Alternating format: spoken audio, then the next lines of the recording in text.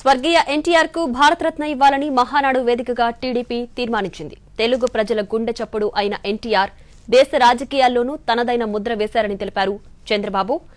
పేద ప్రజల సంక్షేమమే ధ్యేయంగా ముందుకు వెళ్లారని అన్నారు. బడుగు బలహీన వర్గాలకు అండగా నిలిచారని గుర్తు చేశారు.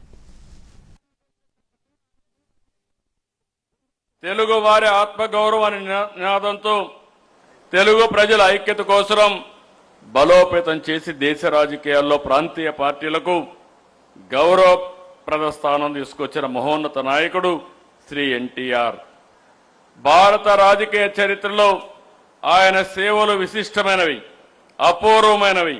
అందువల్ల తెలుగు ప్రజల మనోభావాలను గౌరవిస్తూ దేశానికి, తెలుగు జాతికి ఆయన చేసిన విశిష్ట సేవలను గుర్తించి భారత ప్రభుత్వం స్వర్గీయ నందమూరి తారక రామారావు గారికి దేశ అత్యున్నత పౌర పురస్కారం భారతరత్నను ప్రకటించాలని మహానాడు ఏకగ్రీవంగా తీర్మానిస్తుంది.